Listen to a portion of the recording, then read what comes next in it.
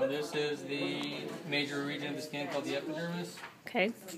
There's 5 layers: stratum basale, stratum spinosum, stratum granulosum, which is this darker spot here, stratum lucidum, that's only visible in the thick skin of the palms of the hands and the soles of the feet, and the stratum corneum, which is this stuff up here, but also this really thick stuff right here. The dermis has papillary layer, which are all these bumps here that connect with the epidermis, and the reticular layer, which is everything else, down to the hypodermis, which is not part of the skin, and it's primarily adipose tissue. Okay. Structures in the dermis that are visible on this model are Meissner's corpuscles, which are in the papillary layer of the dermis, and they form sensitive touch receptors. Eccrine sweat glands, which are found everywhere on the surface of the body, or everywhere in the dermis of the body, I should say. Apocrine sweat glands, which are only found in the axillary region and the inguinal region. There's also hairs.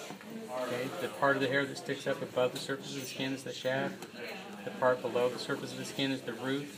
Down here where it kind of widens out, looks like an upside down light bulb, that's the bulb of the root. The follicle is the sheath of cells that encloses the root of the hair.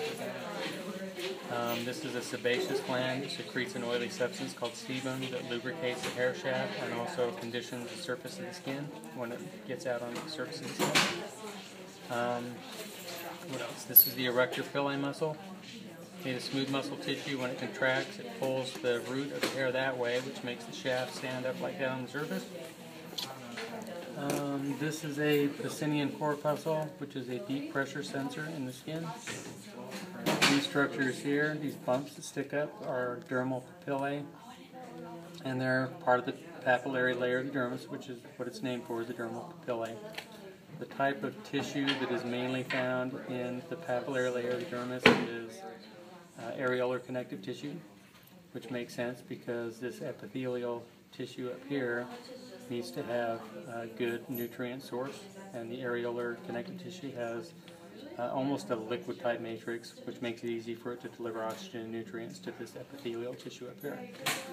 This tissue down here is primarily dense irregular connective tissue, which is good because you need to have a lot of strength down here because this is the thickest part of the skin. So all those irregularly positioned collagen fibers help give the dermis of the skin good structural support in multiple different directions.